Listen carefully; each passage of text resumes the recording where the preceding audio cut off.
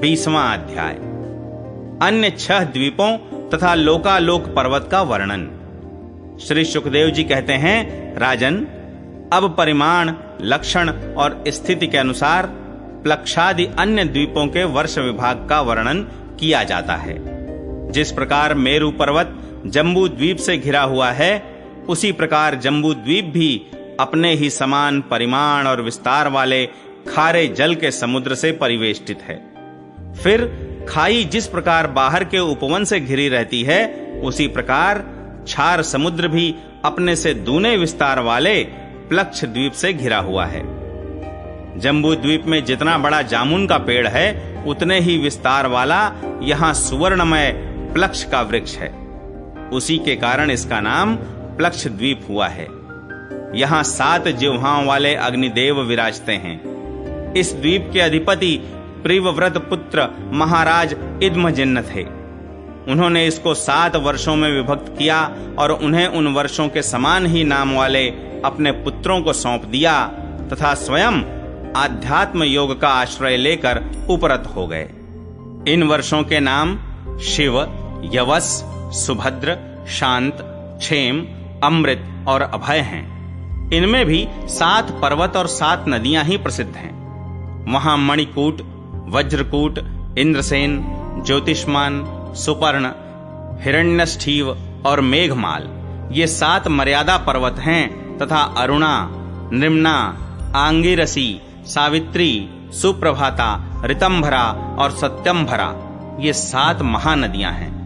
वहां हंस, पतंग, ऊर्ध्वायन और सत्यांग नाम के 4 वर्ण हैं। उक्त नदियों के जल में स्नान करने से इनके रजोगुण तमोगुण क्षीण होते रहते हैं। इनकी आयु 1000 वर्ष की होती है।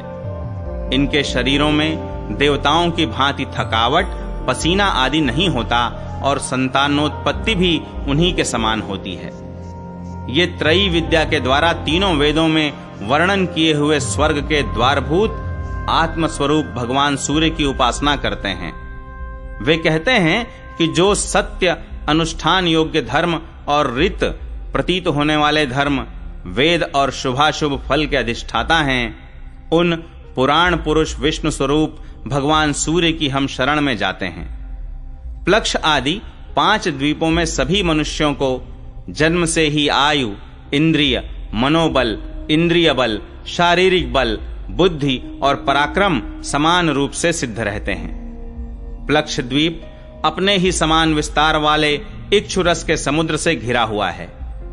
उसके आगे उससे दुगने परिमाण वाला शाल्मली द्वीप है, जो उतने ही विस्तार वाले मदिरा के सागर से घिरा है।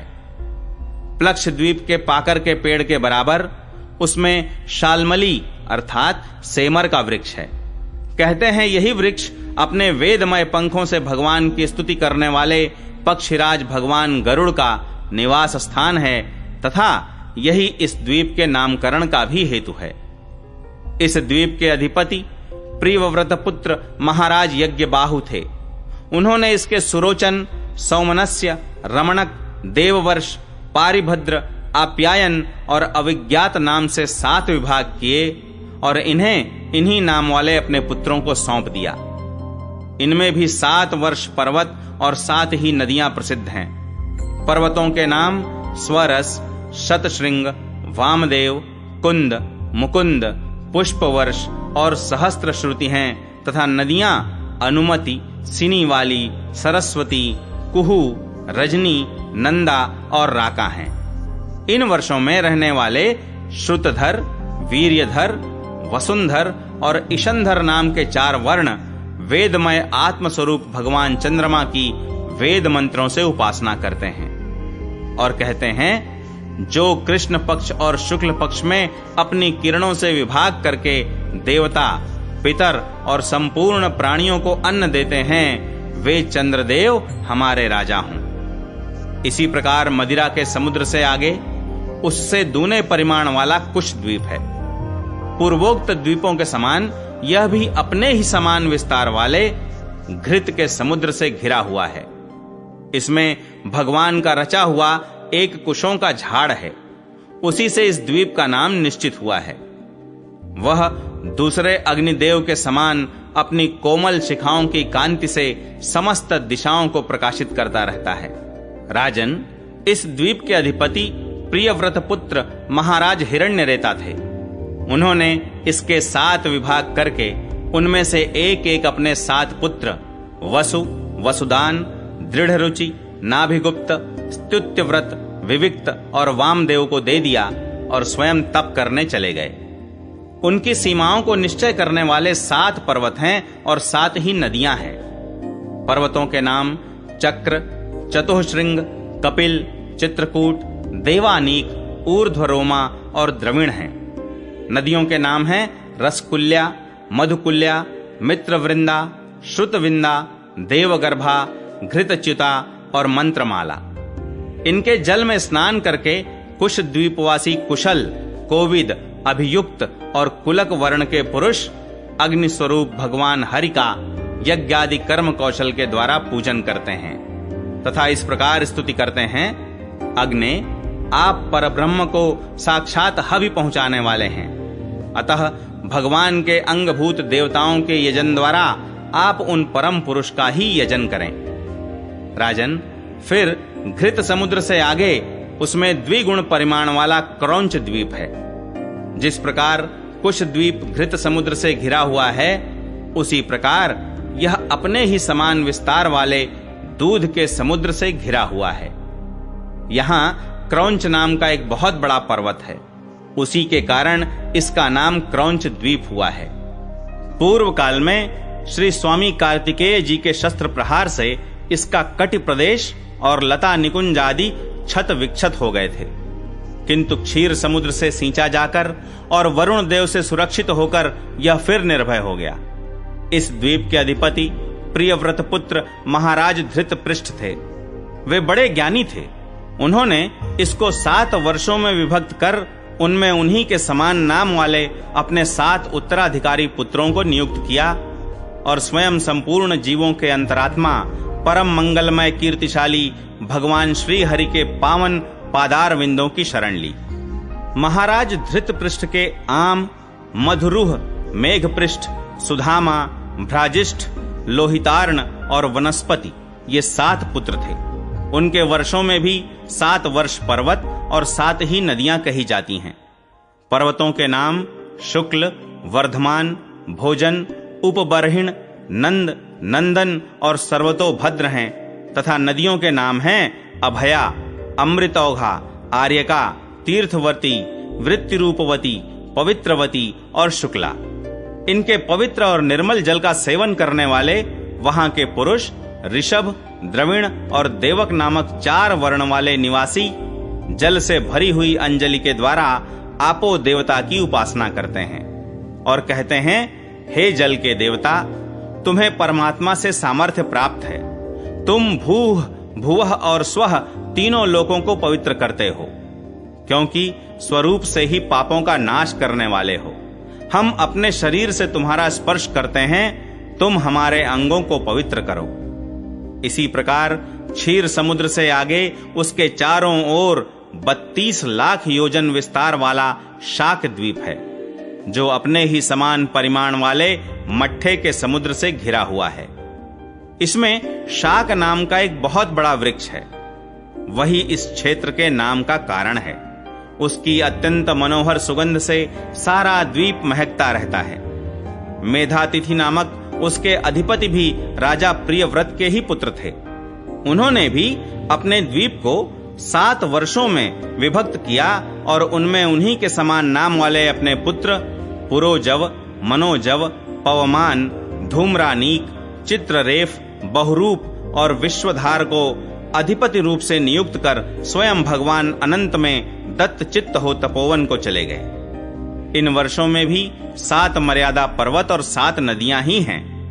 पर्वतों के नाम ईशान, उरुश्रृंग, बलभद्र, शतकेसर, सहस्त्रस्त्रोत्र, देवपाल और महानस हैं तथा नदियां अनघा, आयुर्दा, उभय स्पृष्टि, अपराजिता, पंचपदी, सहस्त्रस्तुति और निज धृति हैं।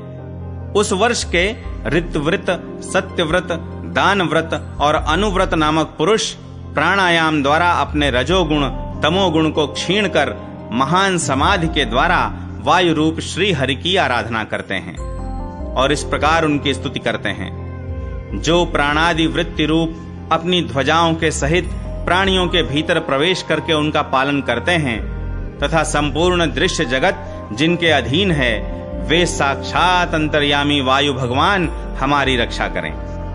इसी तरह मट्ठे के समुद्र से आगे उसके चारों ओर उससे दुगने विस्तार वाला पुष्कर द्वीप है। वह चारों ओर से अपने ही समान विस्तार वाले मीठे जल के समुद्र से घिरा है। वहां अग्नि की शिखा के समान दैदीप्यमान लाखों स्वर्णमय पंखड़ियों वाला एक बहुत बड़ा पुष्कर अर्थात कमल है, जो ब्रह्मा जी का आसन माना जाता है। उस द्वीप के बीचों बीच उसके पूर्वीय और पश्चिमीय विभागों की मर्यादा निश्चित करने वाला मानसोत्तर नाम का एक ही पर्वत है। यह 10,000 योजन ऊंचा और उतना ही लंबा है। इसके ऊपर चारों दिशाओं में इंद्रादि लोकपालों की 4 पुरियां हैं। इन पर मेरु पर्वत के चारों ओर घूमने वाले सूर्य के रथ का संवत्सर रूप पहिया देवताओं के दिन और रात अर्थात उत्तरायण और दक्षिणायन के क्रम से सर्वदा घूमा करता है। उस द्वीप का अधिपति प्रियव्रत पुत्र वीतिहोत्र भी अपने पुत्र रमणक और धातकी को दोनों वर्षों का अधिपति बनाकर स्वयं अपने बड़े भाइयों के समान भगवत सेवा में ही तत्पर रहने लगा था। वहां के निवासी ब्रह्मा रूप भगवान हरि की ब्रह्म सालोक्यादि की प्राप्ति कराने वाले कर्मों से आराधना करते हुए इस प्रकार स्तुति करते हैं। जो साक्षात कर्म फल रूप हैं और एक परमेश्वर में ही जिनकी पूर्ण स्थिति है तथा जिनकी सब लोग पूजा करते हैं, ब्रह्म ज्ञान के साधन रूप उन अद्वितीय और शांत स्वरूप ब्रह्म मूर्ति भगवान को मेरा नमस्कार है। श्री शुकदेव जी कहते हैं, राजन, इसके आगे लोकालोक नाम का पर्वत है। यह पृथ्वी के सब ओर सूर्य आदि के द्वारा प्रकाशित और अप्रकाशित प्रदेशों के बीच में उनका विभाग करने के लिए स्थित है। मेरु से लेकर मानसोत्तर पर्वत तक जितना अंतर है उतनी ही भूमि शुद्धोदक समुद्र के उस ओर है। उसके आगे सुवर्णमयी भूमि है जो दर्पण के समान स्वच्छ है। इसमें गिरी हुई कोई वस्तु फिर नहीं मिलती, इसलिए वहां देवताओं के अतिरिक्त और कोई प्राणी नहीं रहता। लोकालोक पर्वत सूर्य आदि से प्रकाशित और अप्रकाशित भूभागों के बीच में है, इससे इसका यह नाम पड़ा है। इसे परमात्मा ने त्रिलोकी के बाहर उसके चारों ओर सीमा के रूप में स्थापित किया है। यह इतना ऊंचा और लंबा है कि इसके एक ओर से तीनों लोकों को प्रकाशित करने वाली सूर्य से लेकर ध्रुव पर्यंत समस्त ज्योतिर्मंडल की किरणें दूसरी ओर नहीं जा सकती।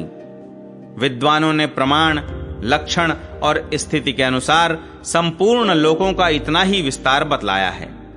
यह समस्त भूगोल 50 करोड़ योजन है। इसका चौथाई भाग अर्थात 12.5 करोड़ योजन विस्तार वाला यह लोकालोक पर्वत है।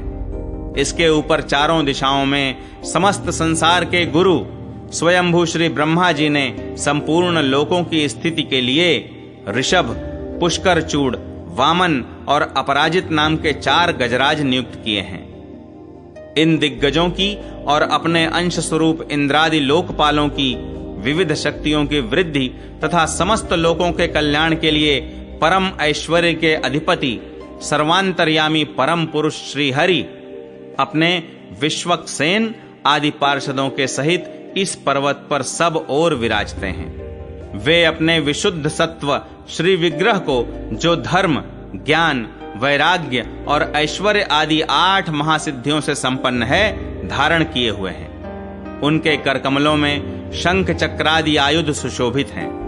इस प्रकार अपनी योग माया से रचे हुए विविध लोकों की व्यवस्था को सुरक्षित रखने के लिए वे इसी लीलामय रूप से कल्प के अंत तक वहां सब ओर रहते हैं।